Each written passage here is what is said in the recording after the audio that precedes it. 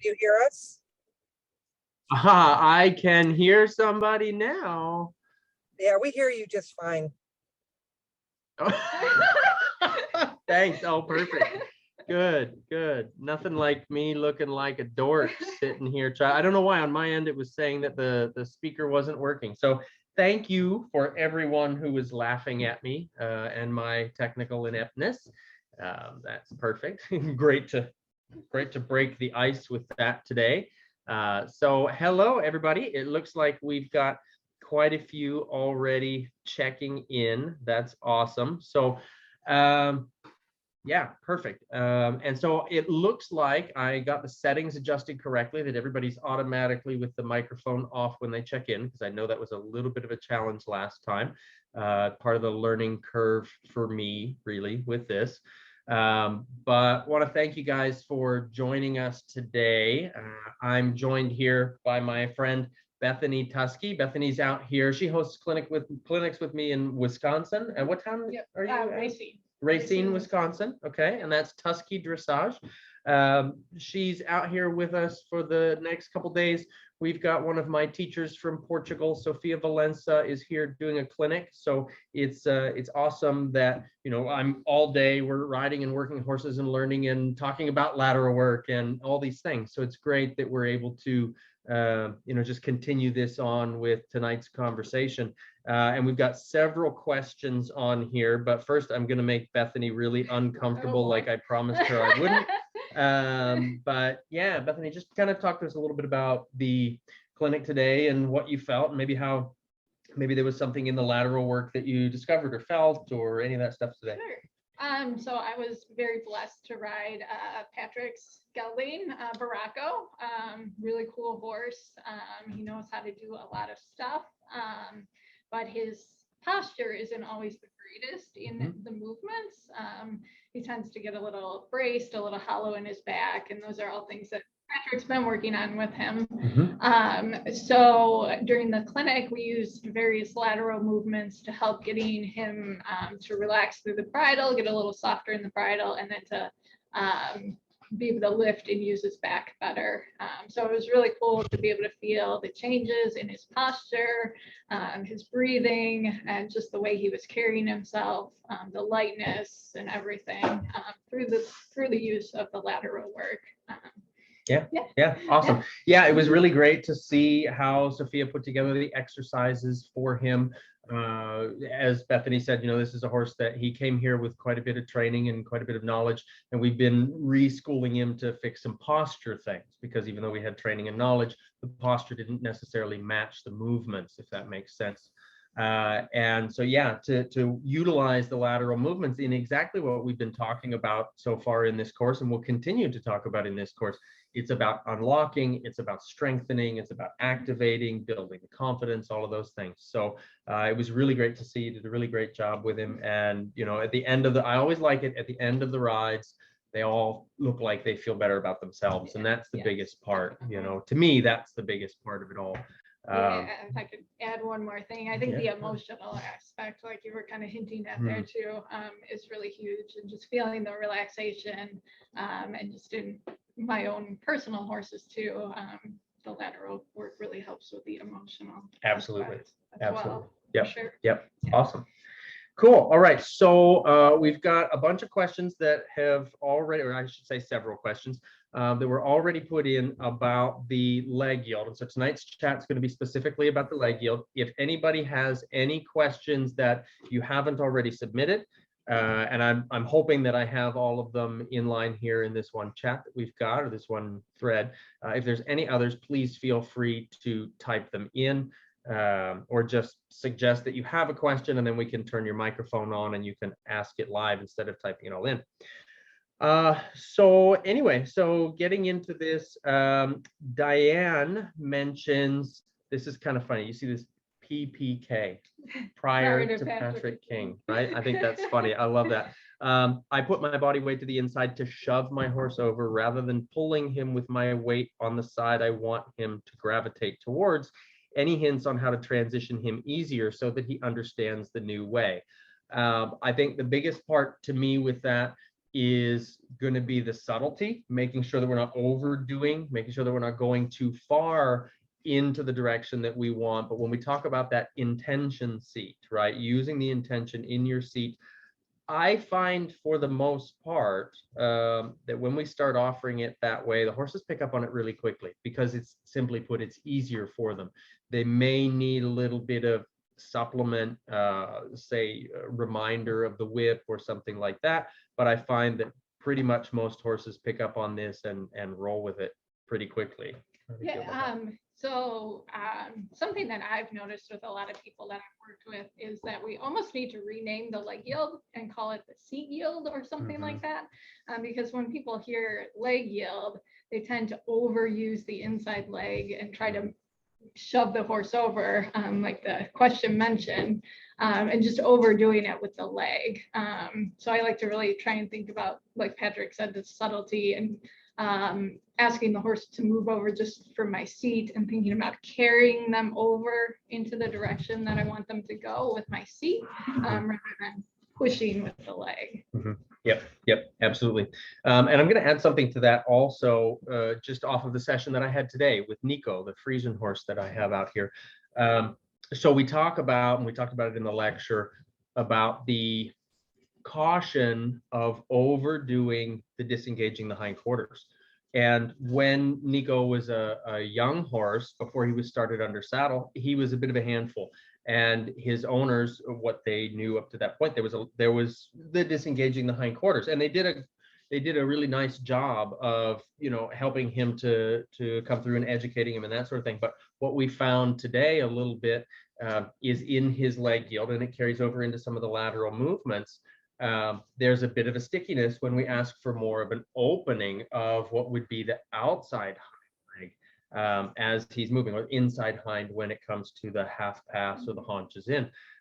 So there's, you know, even within that, even though we've not been doing that, it was at one point in a kind of a growth phase for him. It was something that was done. I'm not saying that it was done viciously or harshly or anything like that, but it was just a movement that had kind of become habituated, stepping in, and so then the stepping open had become challenging for him to go beyond a certain reach. So it was really interesting today to play with that and kind of using the nose toward the rail leg yield to help him open that up more.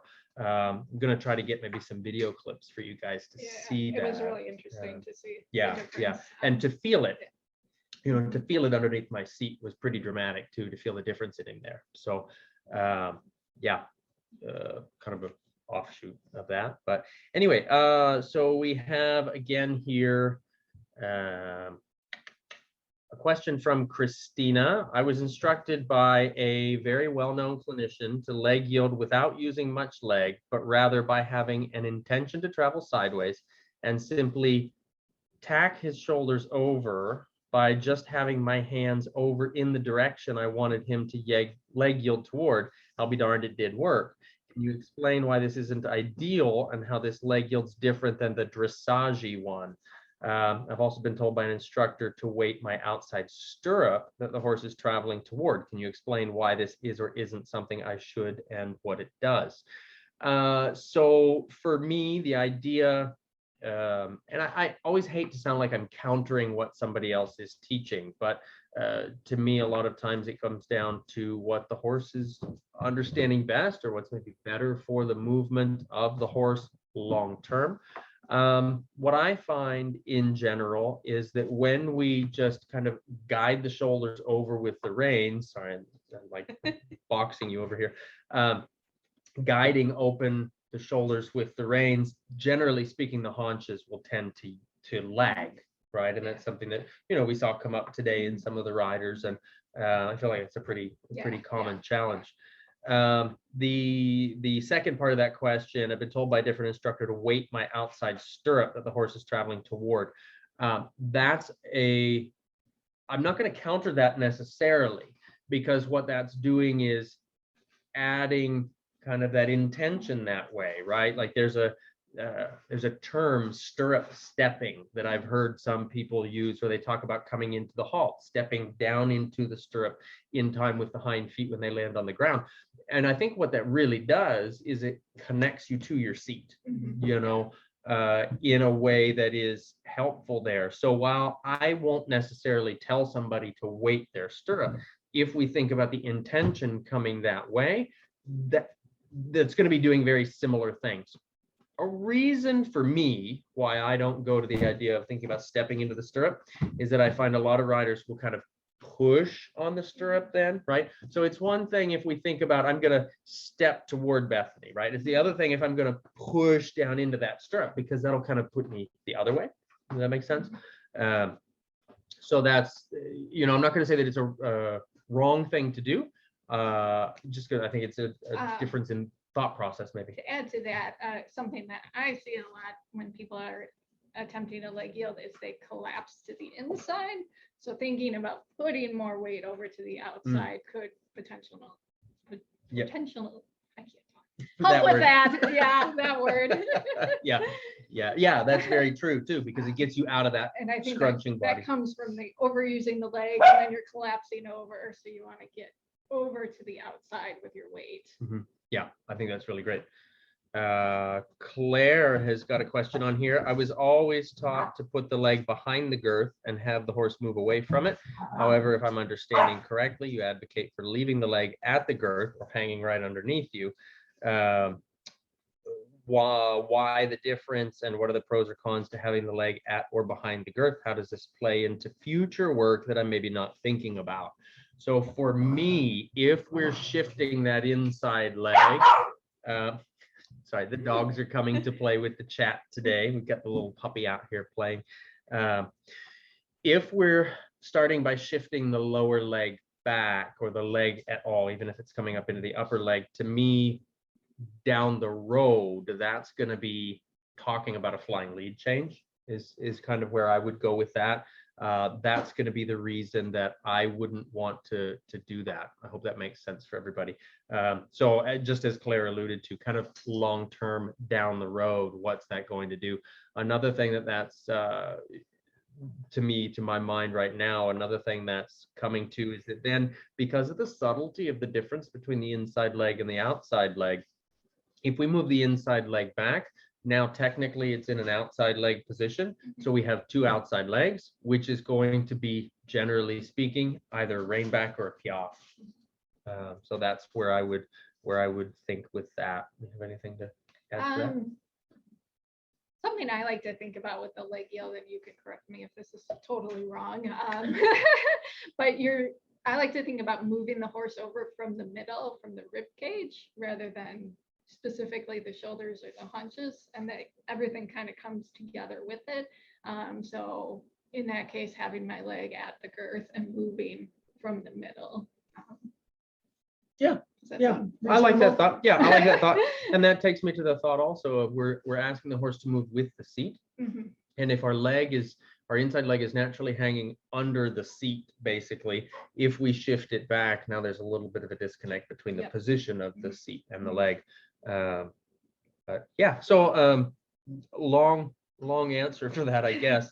But Claire, thinking about the long term, thinking about the future of what the work will become, to me, that's taking us into like the rein back leg or the piaffe leg. And the idea of shifting that leg back is going to someday become a flying change. That's where I'm thinking for that.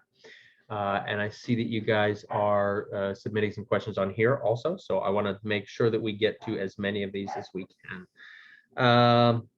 Let's see. And Karen, I'll try wording these in a few ways to paint a clear picture. I'm going to try to be there live. Awesome. Cool.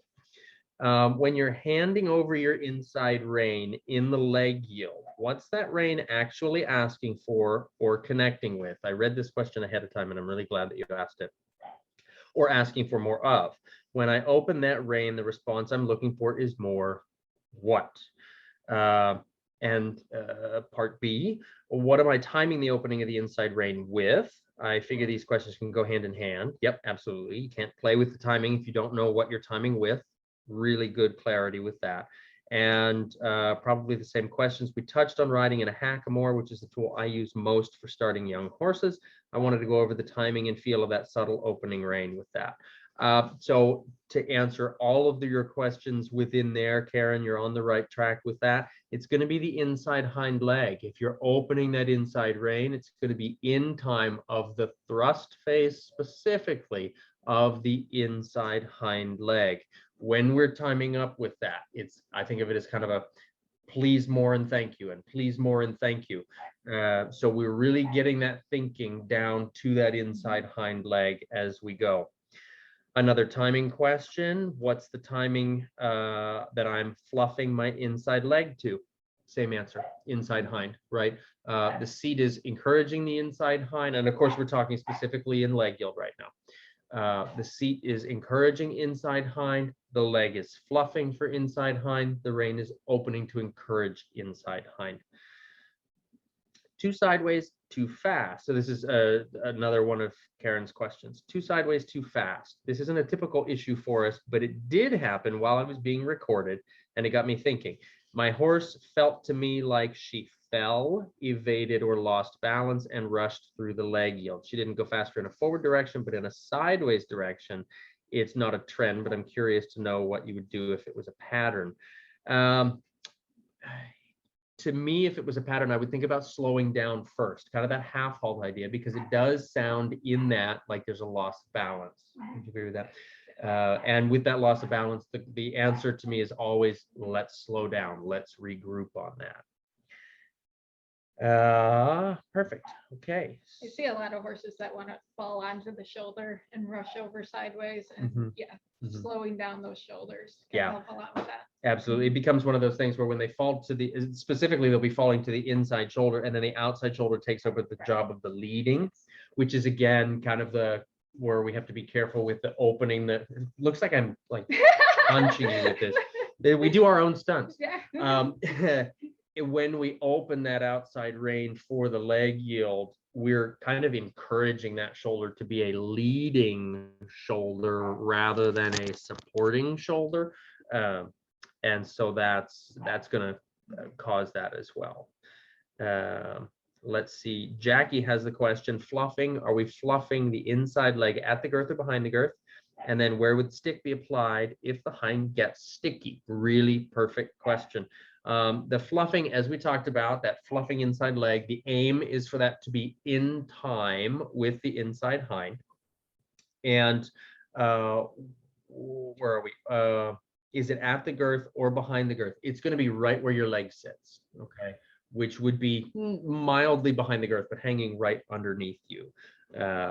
Because I don't want to, my deal with it is I don't want to have to get out of position to encourage my horse to respond to what was the proper position in the first place. You know, I think that's something that a lot of riders do get stuck doing sometimes. Let's see. Biddy's got a good question on here. Question for tonight. Several years ago, Biddy's been riding with me for several years.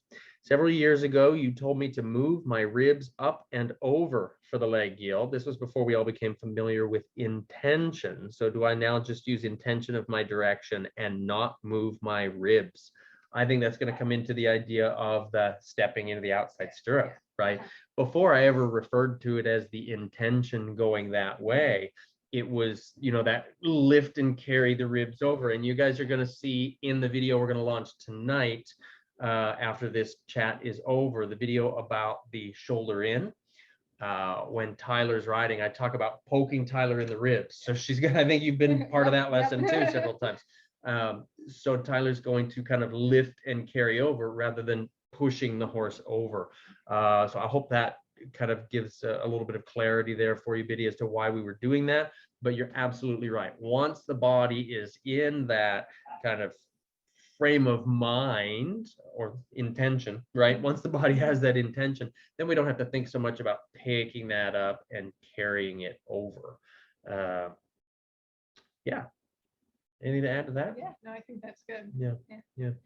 Okay, and Chris posted on here just a minute ago, when you feel the horse getting heavy on the front end, what's best to shift the weight back? straighten, half halt, then proceed forward, get flexion and bend, correct diagonal, and then ask for the leg yield, straighten, halt, rein back, proceed. To me, when we're feeling a heaviness on the forehand, it's going to be, can we shift the weight back to the haunches? So that would be initially the thought of a half halt, right? And the half halt really is going to live in the rider's seat, right? The idea of not pulling with our hands, but riding back with our shoulders, our torso, to shift that weight back. And then if we don't get that, then of course the reins are going to come into that. We may need to ask for a rein back. You know, it's the half halt to rebalance. And if the rebalance doesn't happen through the half halt, then I feel like most of the time we need to rein back in order to get that rebalance to happen. So the straightening, as Chris mentioned in here, is definitely going to be a part of that, making sure that we're on the correct diagonal, and then asking for a leg yield. Absolutely. It's all about getting that balance. Now, one of the other things that happened today, and I'm going to turn it over to Bethany for this, because she was riding, as she mentioned, she was riding Barocco, and he has a tendency to get kind of sternal, right?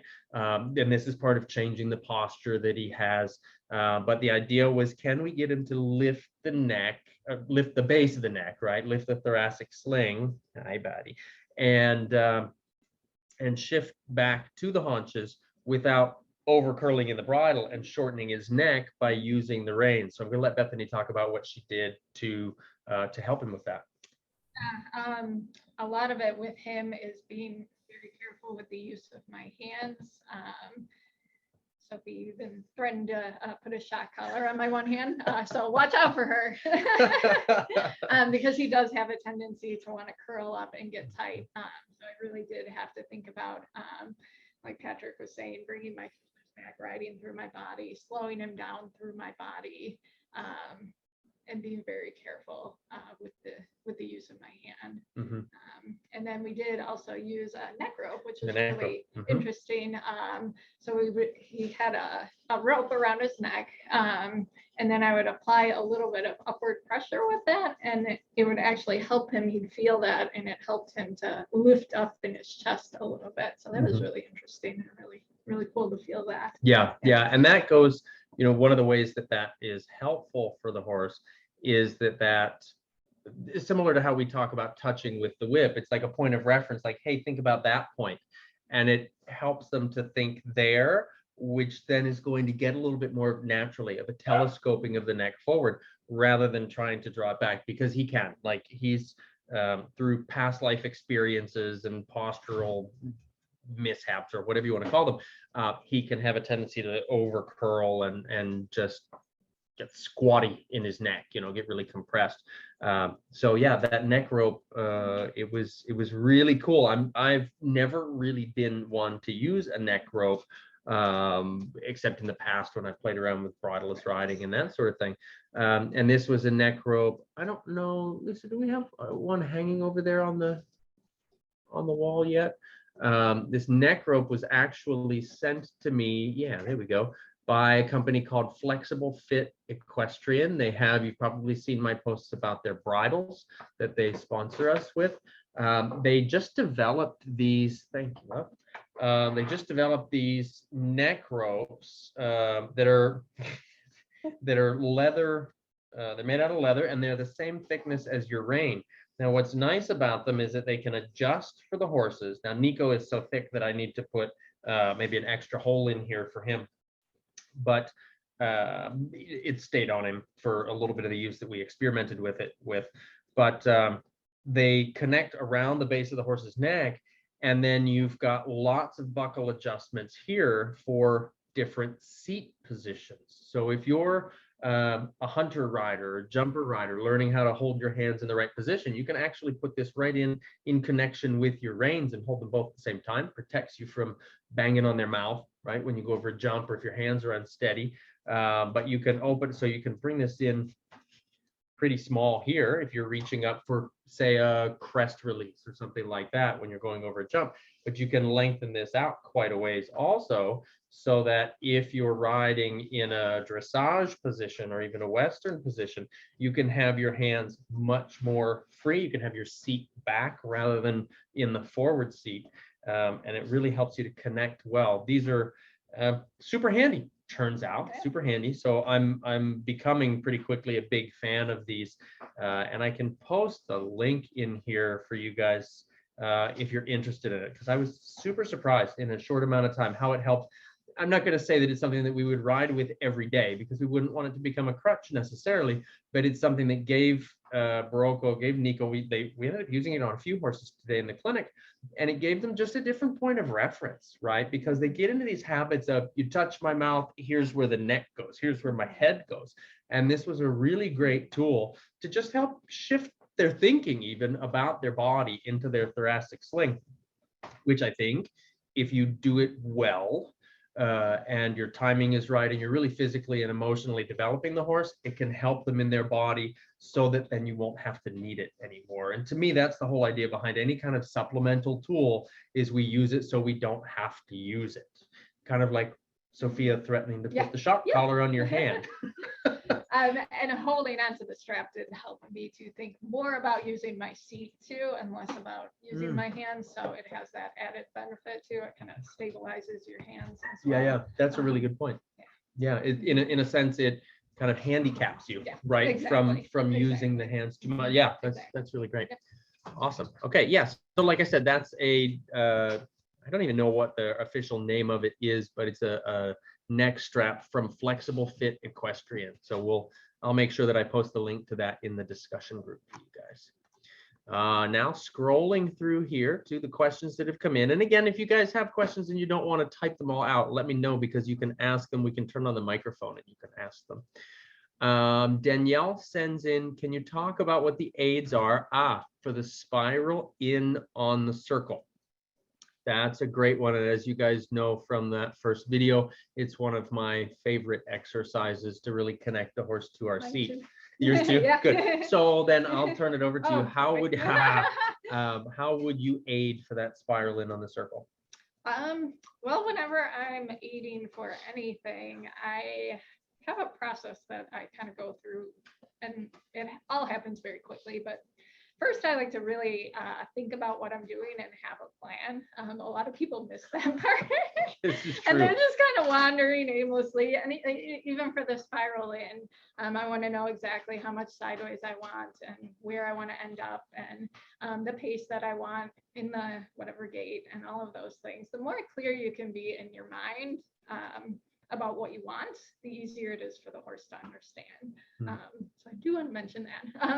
And then from there, I always like to start with my seat first. So again, kind of that idea of carrying the horse over with my seat is where I would start. My goal is to do as much off my seat as possible. I have played with a little bridleless riding. That's a good way to make sure you're not using your hands. But yeah, using my seat to carry the horse to the inside. And then from there, just ensuring that the balance stays good, the pace stays good. And if I need to make any adjustments with the rein or the leg aids, I can. But that's what I would do. Yeah, I think that's perfect. And, going with what Bethany talked about as far as making the plan, I think that's really important. Like what's actually going to take place underneath us, and I think about when I introduced that exercise, I think about the idea, hi Tilly, we got the dog wanting to play over here too.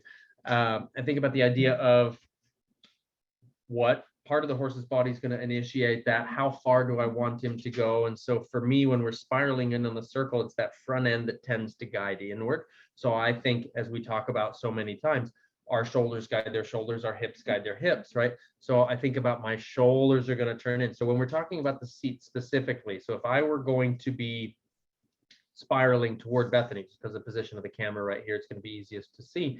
If I were to be spiraling in that way and to my right, I'm going to think first, I'm exaggerating obviously in this case, but I'm going to think first, turn my torso in the direction that I want to go, which of course is still, it's your seat, right? Everything from your knees up is part of your seat. So I'm going to think about that front end coming over. Now, if I'm doing that, what you'll also notice if I were to exaggerate the height of my hands here, if I'm coming over this way, you see how naturally that inside rein has a tendency to open, encouraging the leading of the inside shoulder, and it connects the outside hand towards the withers, which encourages the balancing in there. So the plan thing, that it's important. And, it really is. You know, the more clear and specific you can be about even thinking about the horse's balance, how fast or slow you want them going. It really just clarifies things in your mind, which the horse can sense your confidence then, and it clarifies things a lot more for them. Even how much energy you want in the movement, for whatever you're doing. The more clear you can be in your mind, it really makes a difference. And then you don't have to do as much with the physical cues. Absolutely. And then, yeah, like you were saying, you always want to think about like your body is going to match their body. So if you're turning or moving over, you're going to turn your body to match how you want their body to go. Yeah, absolutely. And again, kind of tying back into that, I feel like we could talk for 6 hours just on this question even, but the idea of, again, going back to planning, right? When you're planning, and you mentioned thinking about the balance and thinking about where you want them to go and that sort of thing, and how that connects you to them more.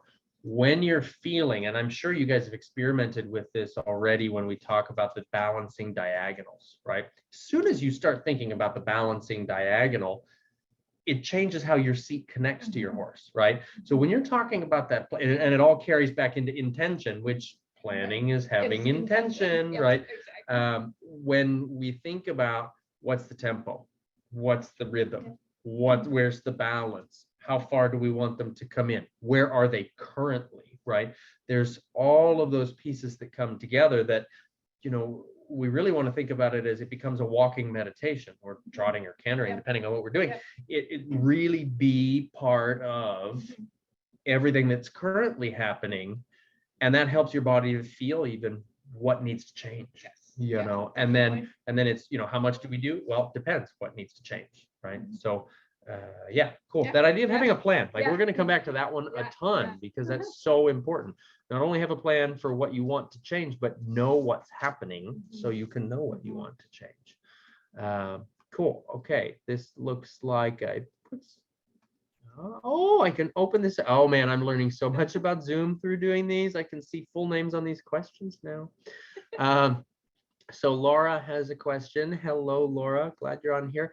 I have a question on the movement of the head and neck with the hind. Too long to write. So can I unmute? Oh, yeah, absolutely. So Laura, if you're still on here, please feel free. Oh, there you are. I see you up there. Yes, I am. And there's Melvin. There we go. Awesome. Awesome. So what's your question? Okay, I just want to confirm my understanding and then ask a question about what I should feel in my seat and my rein. Okay. So let's say I'm circle going right. Okay. The left hind comes up, and I think I understand that the nose comes in. Is that right? Just as so the nose is going to come in as the hind leg is bearing weight. Okay. So the leg comes up, lands, bears weight, and the nose will slightly come in toward it. Okay. Yeah, because I was observing Melvin today, and what I saw was that the nose would come in when it would come under the center of mass, and like this. But then what I saw on the other side is when the opposite side was pushing, it's like his whole outside stretch, and because his neck was going that way, and it was so okay. So I was like, okay, this makes sense. But then I was thinking of all this throughness, which I don't understand, and I'm thinking, okay, what do I feel? Okay, I know that when his leg comes under, he's thrusting it. I'm up here. He comes under. I feel my seat come down. But I can feel that back and forth. Okay, that kind of oscillation of the rib cage. Yeah, and can say, okay, yeah, get in time with his feet, but I have no clue about what I'm supposed to feel here and here. I've heard other clinicians talk about, you know, you can know what's going on in the hind end by what you're feeling or not feeling in the front end. Mhm. And I'm like, I have no clue. And so I was like, if he's like blocking, or if I'm blocking him with my seat somewhere, how do I know that from my hands? That's a really, really good question. And it comes down to a delicate sensitivity. So I love the fact that you pointed out what you were watching. And I want to go back to that, what you were seeing as he was stepping, because that's going to be a big part of this. So when the hind foot, so we'll talk just in the walk to start with, because it changes a little bit in trot and canter. Okay. When we're talking about the walk, the nose will deviate it'll move into the hind leg that is bearing weight. Okay. Mhm. And just as you said, when the outside, or whichever leg, when the leg thrusts, when it pushes the body, it lengthens the body as it goes. Exactly. So you've got one side that the horse is, I'm going to use terms that are maybe not the best terms, but I think you guys will get it. You'll use you'll see the horse will sink into the body as it lands, right? So that's that kind of downward, exactly what you're doing in your seat right there, right? Like that leg bears weight, the body sinks down into it. The opposite side of that, or in the next movement, it's that leg pushes and it pushes the body up out of that, right? So then we've got that down in, up out, down in, up out. And because he's got two sides of his body, right? Like Jillian Kreinbring, when she's teaching, if you guys don't know who she is, you have to look her up. But she talks about riding the infinity symbol, right? Riding that rock and roll to both sides. So that's a big part of what you're going to feel in your seat, especially when you're riding that. And then you're going to have a little bit in the neck, depending on the movement, depending on the balance, depending on the suppleness of the horse, you're going to feel a little bit of that in the head and neck also. So going back to something that my wife Lisa likes to talk about all the time when she's teaching, I know you're being quoted. Don't worry, I'm not going to make you come on camera yet. But she's always talking about, when you're riding in the walk, am I riding a chicken or am I riding a fish? Now I had to quote her first, because if I don't and she finds out, I owe her $10. But the idea of, am I riding a chicken or am I riding a fish? We've all ridden horses that did not have that oscillating movement, right, in the spine. And when they're tight in their back, and particularly if they're tight in their back and their balance is heavier to the forehand, they'll go with a head bob, right? If you can picture a chicken walking through the yard, right, they kind of go with that head bobbing like that. And that's generally because the body's laboring to come up into that walking movement.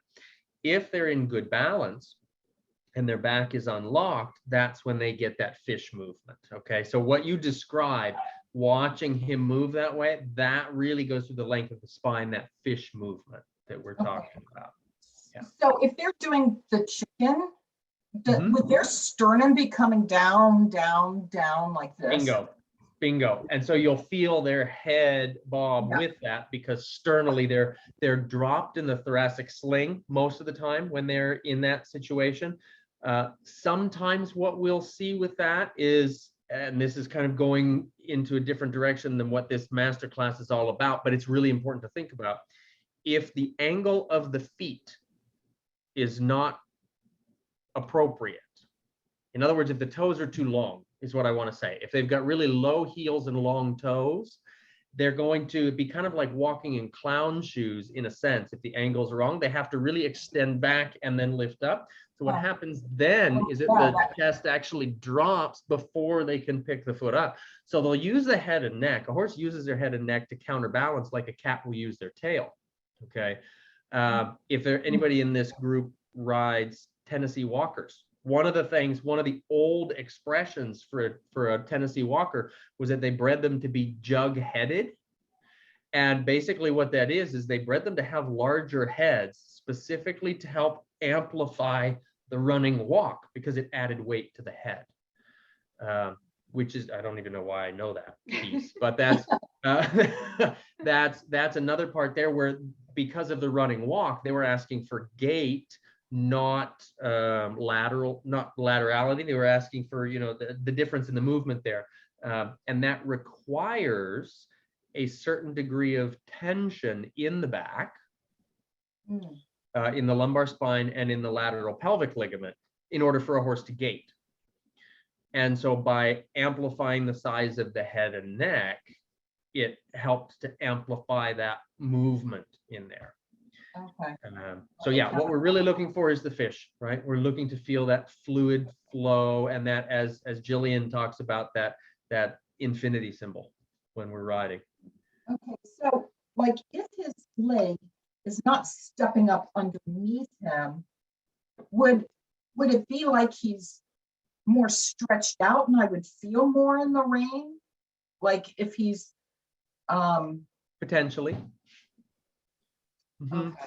Potentially, yeah. And that's something that's going to be a little bit different horse to horse also, based on their conformation, their construction. I really want to feel, ideally, we feel that the horse is stepping the hind leg up underneath the seat of the rider, right? And you'll feel that in the swing in your hips. One of the things I like riders to do is I'll have them put their hand on their hip, on one hip, and just feel the rock and the sway of that hip as the horse is moving. And it'll have always a forward and down movement followed by a back and up movement. Forward, down, back and up. Forward, down, back and up. And of course, then you've got two sides, right? And we're just focusing on riding one side. I can see a couple people dancing in their videos. But that forward down movement is the leg carrying through the air. That's when the body's getting longer and reaching, like you talked about. And the back and up is when that foot lands on the ground and then pushes the horse up into that thrust phase. Okay.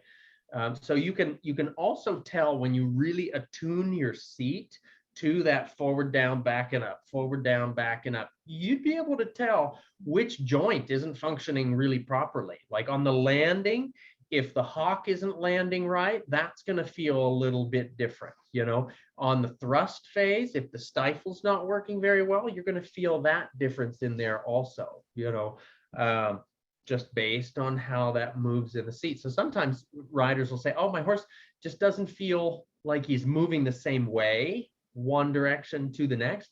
Oftentimes it's because of how that hind leg might be restricted. Okay.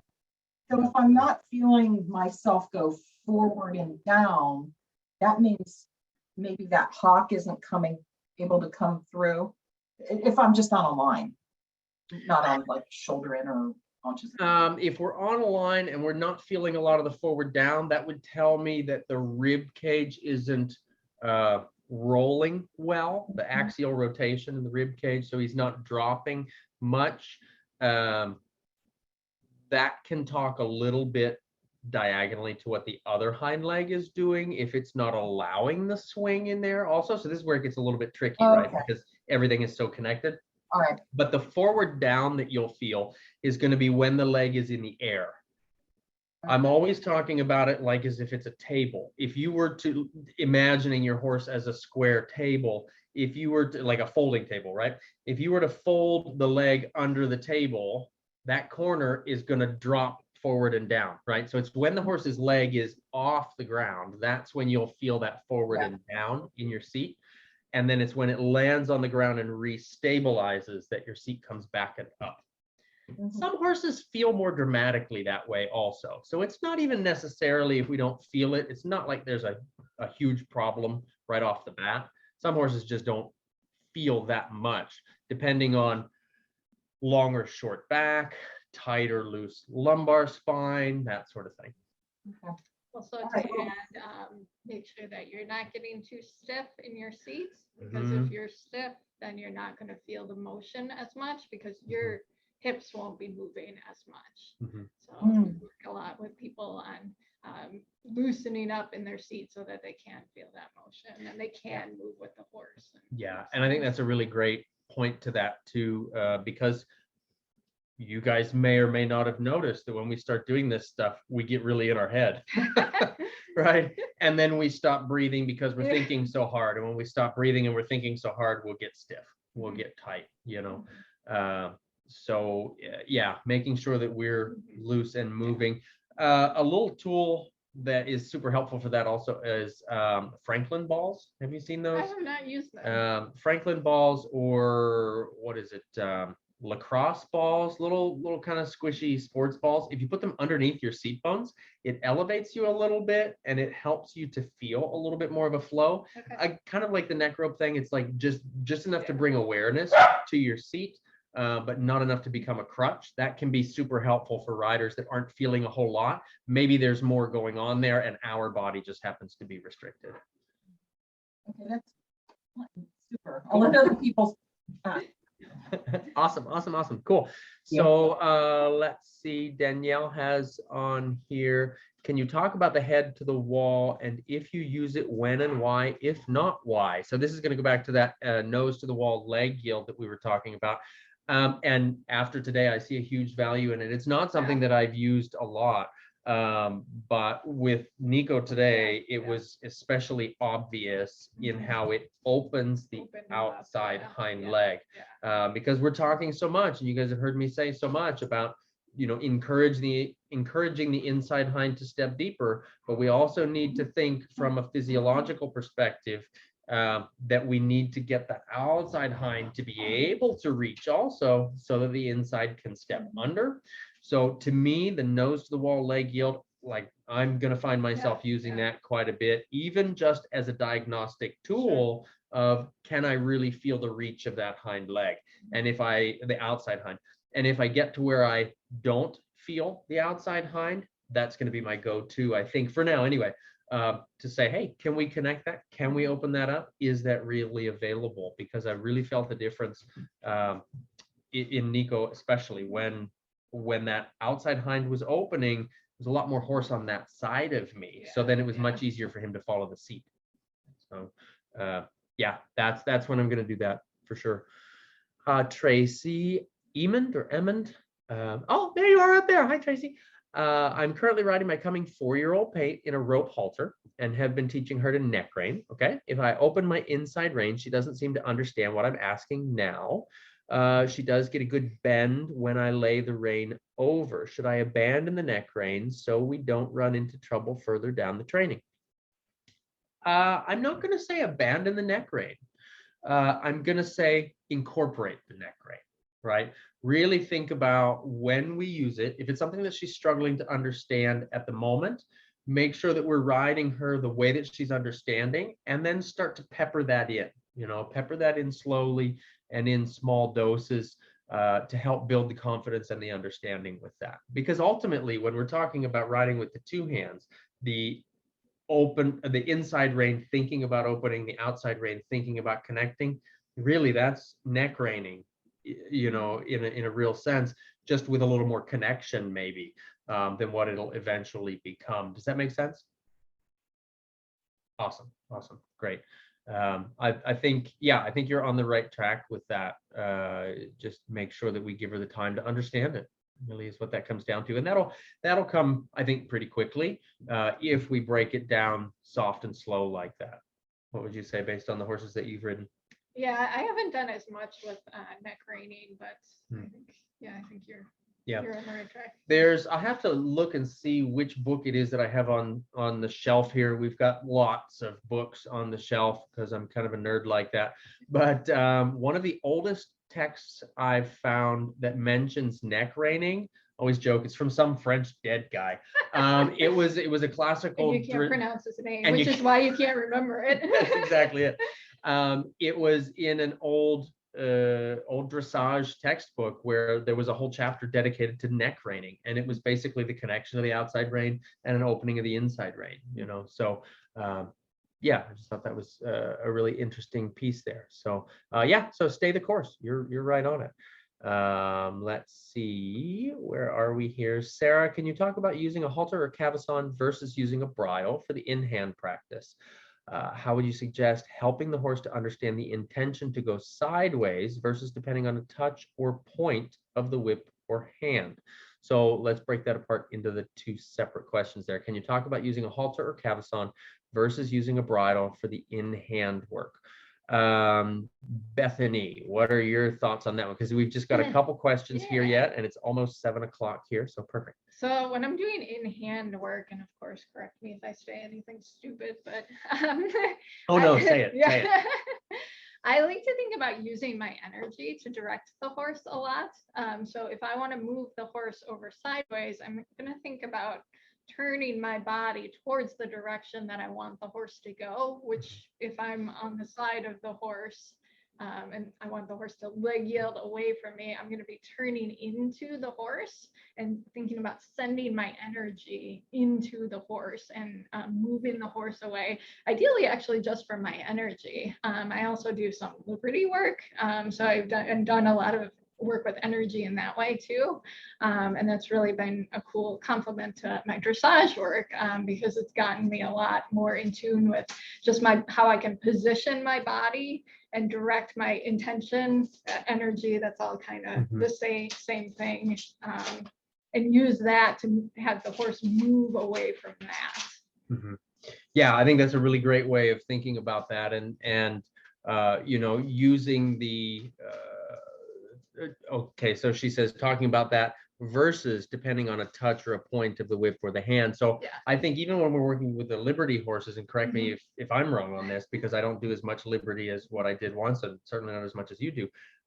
The whip would still be there, right? As a, hey, don't forget about this spot. You know? Yeah, so the whip is there to reinforce your energy. So I would always start with my body position. So thinking about rotating my body towards where I want the horse to go, which if we're doing a leg yield away from me, if I'm standing on the inside and the horse is leg yielding away from me, I'd be turning into the horse, sending my energy into the horse. And then if I needed to reinforce that or to help the horse understand a little bit more what I wanted, then yes, I could use the whip too. And even at liberty, I will have a whip too, just to kind of clarify or reinforce things. Kind of as a supplement, but right? I always try and think about, again, having the plan first. That's always my first thing.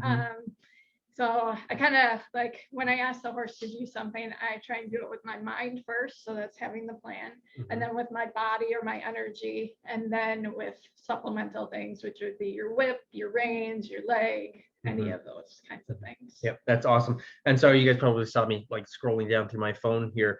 I wanted to make mention of a video that was posted on here, and I wanted to make sure that I named it right for who posted it. But Rachel Miller posted a video on the discussion group of her working with her horse doing the spiral in, leg yield out exercise at liberty.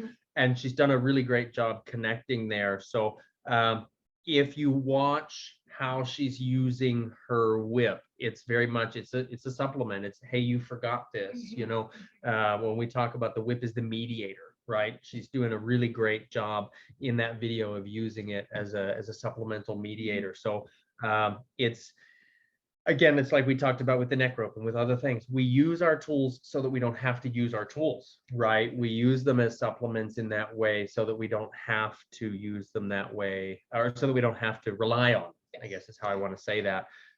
So I'm gonna refer everybody to take a look at that. So scroll down through the discussion group to find that video from Rachel, because I think she did a great job with that. And then the other part of Sarah's question was, can we talk about using a halter or cavesson versus using a bridle for the in-hand work? So where I'm going to go with that, especially as we're wrapping up here on our time tonight, where I'm going to think about that is I like to start with the halter or the cavesson and then move into the bridle. The biggest reason for me for that is that I like the horse to have a basic understanding in the halter or the cavesson before we go into his mouth, right? Before we invade their mouth. Where that's going to be different though is, say a horse comes to you that's already got some education, but you need to do a little rehab, or you need to help him think about things in a little bit of a different way. It can be really helpful to start in the bridle there. But let's say we're starting one from scratch with the in-hand work. and maybe he's never been ridden or something like that. I'm going to start in the cavesson, generally speaking. You can use a halter also, and I used to use a halter all the time, but I've started to see definitely the benefit in using the cavesson because of the centrally located connection point that helps your horse feel more balanced from the center and in alignment through his spine. So I've become more partial to the cavesson. Now, that said, also, just because we go into the bridle doesn't mean the cavesson hangs in the tack room wall and collects dust. It's something that we would still go to frequently if we're introducing a new exercise, or if we're working through something that's maybe more of an emotional point for the horse, right? Again, so that we're not invading inside the mouth if we can help it. Sometimes it's just a moment that pops up when we're working, so we're being realistic about it also. But also thinking about when we're in the cavesson, depending on the style and the design of it, typically we're going to be more in the front of the horse, right? And when we're in the bridle, we're going to be more beside the horse. So that changes a little bit how they may perceive our aids or how we use our aids. So hopefully that makes sense. Would you have anything to add to that part? No, I think that's Okay, cool. It's like everything works sometimes, right? Exactly. That's a big piece of that. Let's see. Oh, Bridget on here. I'm a bit late to the class. Have you covered doing the leg yield in the rising trot? When is the correct time to aid the horse to move laterally? I love that question. That's awesome. So we haven't talked about it yet. So when we're in rising trot, what I think is really important to consider is if we're on, so we think about when we talk about the correct diagonal, right, as a rider, rise and fall with the shoulder on the wall, because what we're actually moving with is the inside hind leg, but it's diagonalized in that moment. What's the correct time to aid the horse to move laterally? When we want him to carry more weight on the outside shoulder, it's going to be when it lands. When we want him to step more underneath, it's going to be just before the foot comes off the ground. So if I can, I'm going to like post in my, I'm actually in my saddle stool that I gave the lecture on. But if I were posting and I want to stabilize, it's going to be on the down. I'm exaggerating, obviously. On the down of my post, when I come seated, I'm going to connect my outside rein. When I want more energy or more sideways, it's going to be just before I come back up again, right? So it's going to be connect, encourage, connect, encourage, connect, encourage. What we'll also do, if the horse is really restricted with the inside hind leg, sometimes that can mean we've got too much of maybe a pulling hand or a blocking hand, because that'll diagonalize and it'll slow down or reduce the stride of the hind leg. So when we come up, think give, connect. Give, connect. Obviously, I'm exaggerating because you don't want to be pumping with your rein like that when you move, but it can be just as subtle as flex the fingers, soften the fingers, flex the fingers, soften the fingers. As we come up, that's your outside hand, your leg or your whip, and also the intention from your seat. When we want more forward, more sideways, that's going to be as you're preparing to come up into that post. Okay, almost as though you're actively kind of carrying into that direction. Okay, that makes sense? Yeah, I liked what you just said about like thinking about posting over into the direction. Yeah, like you're That's kind of a lot moving times over I'll there tell for them. people to think about as they're rising, coming over. Yep. And again, it's like we talked about in the walk, and it would be the same in the canter. It all comes down to how can we get that inside hind leg to carry in the direction that we want it to go. Yeah, so that's a fantastic question, Bridget. Does that help you with the understanding of that? Oh, it looks like she's talking, but I can't hear her. She's still muted. I wonder if I can unmute. I don't know I how think that. you can. I don't. Oh, It says I can ask to unmute. There. Can you hear me there we now? are. Can you hear me now? I can hear you now. Yeah, that's awesome. Good. Thank you. That has been I'm a trainer and a teacher, and I have always been told, I was taught to use my inside leg on the rise when I was Okay. asking the horse to go sideways. Yeah. Took some lessons a few months ago, and the gentleman told me to use my inside leg as I was sitting. And to me, the horse was weight bearing on the inside leg. Bingo. And that felt counterproductive. So, Yes. so to me, you're kind of going back to what my original trainer said, to use my leg just as I'm coming up. Okay. Bingo. Just as you're coming up. Exactly. Okay. Exactly. Yeah. Because if you're already in the air, so is that leg, right? And it would be too late at that point. But Okay. exactly what you said, if you're on the landing phase of that, so is he.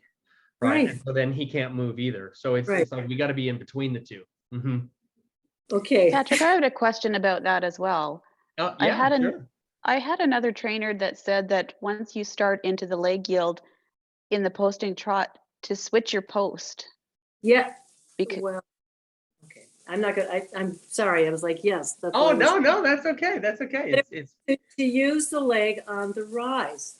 So if I'm leg yielding, I interrupted that nice lady. So let's say I'm on the quarter line. I'm tracking right, I'm on the quarter line. Okay. I want to leg yield left. So I don't change my diagonal. Mhm. But if I'm on the rail tracking right and I want to leg yield right, I should change my diagonal. mhm. yeah, that was my question. Okay. All right. Yes, yes, and I'm really glad that you clarified that, Bridget, or that you went there with it, and I'm super glad, Tracy, that you asked the question, because that's exactly what it comes down to. It's what balancing diagonal do we want to be encouraging, right? So Yes. as Bridget said, if we're going kind of against the bend, which would be what we would normally think of as like a normal leg yield, right? If we're tracking right and we're going from right to left, we're going away from the bend, as they would say, we're moving with the same balancing diagonal. But if we're on the outside track and we want to come to the quarter line or the center line, we're going kind of into that bend. Actually, then we would be, because it's a leg yield, changing the bend. So by changing bend, we're changing diagonal. 100%. Absolutely. Absolutely. Okay. Yay. Thank you. Awesome. Great. I love that we get to, kind of collaborate with these things. That's fantastic. Let's see. And then we'll have this one last question here from Allison. Is there a side-to-side aspect? Oh, okay. Going back to the infinity sign we were talking about. Is there a side-to-side aspect to riding the infinity sign? Is it a little bit hula-like? It's been a long time I was since gonna say, I'm not very good at hula hooping. Yeah, I'm gonna go with that too. Yeah, I meant Uh, hula That'll dancing. be next week's video. We're gonna get Patrick in a hula hoop. No, it's the hula dance. The hula dance. There we go. Yeah, the Is hula there a dance. little like? So Is there a little bit of that, like I side to think, side? yeah, I think a little bit that sachet in there, Yeah. right? Yeah. I think that if that's the word to use, the I think sachet, so. I think some of that is going to depend on the mobility in the horse's back. I think you're going to have more of that the longer and more mobile the horse's back is, and you're likely going to have less of that when there's less real estate underneath you. The shorter back or even a tighter back, I think, is going to have a lot less of that. But I think, in answer to your question, I think yes, to a degree, and to a greater or lesser degree. Yeah. Okay, thank you. Absolutely. Absolutely. Thank you. So, all right, this is great, gang. It looks like it's showing me that we've got 45 of you guys on here right now. So this is super awesome. Again, I'm blown away by how many people are able to join live. This is so fantastic. And just like we did last time, I'm going to make sure that I get a replay of this up for you as soon as possible. I've also got our shoulder in video ready to launch. I'm going to put that on here as soon as I end this call. I'm going to give a little bit of a heads up warning on it. The beginning of it, the audio is not perfect. Based on how you guys have already been interacting and based on the lecture previous, I think you're going to be able to put together, there was something going on. I don't know if it was an electrical something or what it was, but the sound every now and then drops a word or two words or something like that. When I listened back through it, I think you'll be all right in figuring it out. And it's only for the first part of the video. So apologies ahead of time for that. But I think you'll be fine with it. And for the rest of it, the in-hand portion of it and the portion where I'm coaching Tyler, the audio is perfectly fine with that. So whatever you might miss in the portion of me riding Nico, you'll pick up on it with Tyler because it's kind of a repeat with coaching another rider on there. Yeah, so I think you'll get on just fine with that. And then, of course, next week, same time, same place, I'll be putting up another link for next week's Q&A, which is going to be specific to the shoulder in. And then we'll be posting the haunches in video after that one. So again, thank you guys so much. And thank you for those of you who've been posting your videos. I think I've missed some of them, and I apologize if I have. Trying to get in there and chat and interact with some of the questions that you have on the videos there. Don't be afraid to continue submitting videos for any of the lateral pieces as we progress. So please feel free, continue sending in your leg yields if you want some more help with those and that sort of thing. Yeah, we'll keep checking them out. Thank you for being here. Thank you so much, Bethany, for joining Patrick. us tonight. Yeah. Yeah, thank you guys Thank so much. you. Lots of fun. Thank you. Thank you all. Thanks. We will see you next week. Bye. Yes. Bye.